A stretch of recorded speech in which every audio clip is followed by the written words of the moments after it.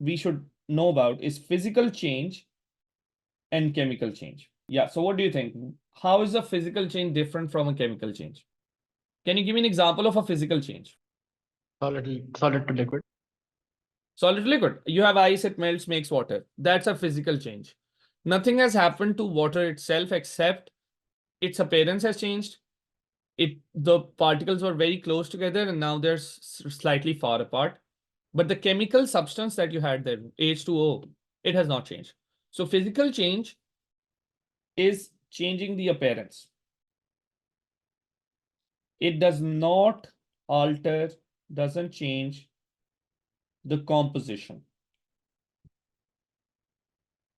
the chemical composition. So H2O is still H2O.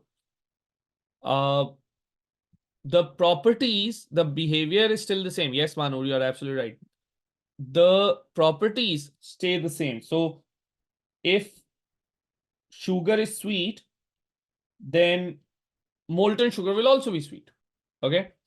And then this one can be reversed easily.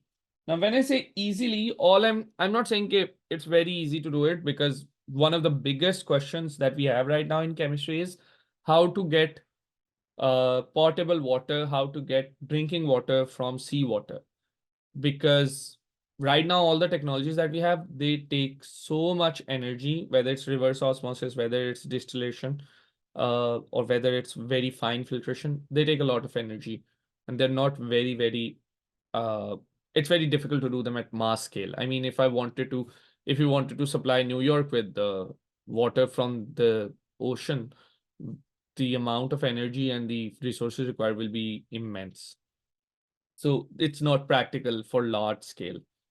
So that's why we still have to rely on fresh water. Yeah. So that's still a physical change. We are separating salt and water, but still it requires a lot of energy. But when I say easily, it simply means that there's not a lot of energy that needs to be input or output. That's what we are saying, per unit mass or whatever.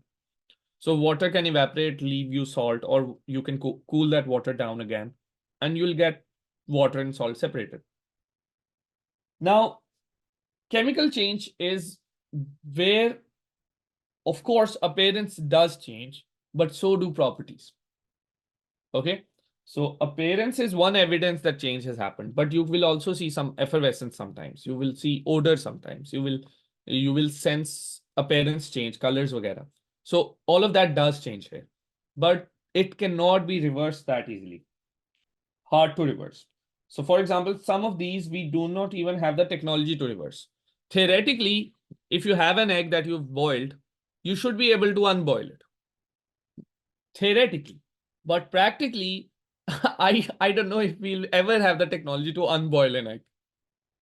Because the chemical processes that are involved there, they are insane. They're huge, very complex.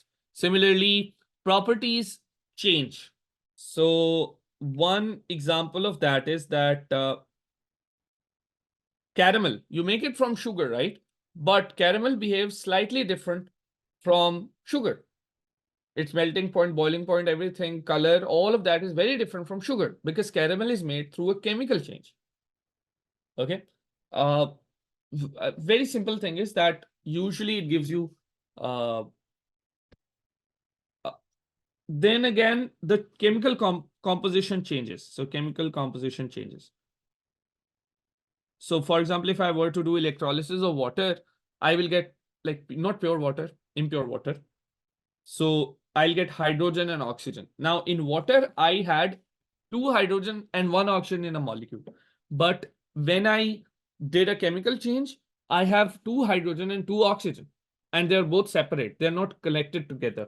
So that is basically how chemical change is different from physical change. If you want to go into like a little bit of detail in it, there is this video that you can watch later on if you feel like. Okay. And this one is an example of like chemical and physical change. So that's the main idea here. All right. Now the next thing is, okay, if we have chemical and physical change, and if we know that that happens, Is there a way to figure out how that happens with respect to time? And that is rate. Rate is the change with respect to time. So we follow the rate of that reaction, we follow the speed of that reaction. Why? Because most of the time we have a vested interest in it. Maybe you have a factory and you want to increase your output. Maybe you have a medicine and you want the other person to get well soon, and you want to, for example, a painkiller that takes too long to have effect on that, the patient will be in distress. We don't want that. We want painkiller to work very fast, and that will also depend on the situation the person is in. So we have to measure, calculate, identify, and analyze the rate to figure out what works and what does not.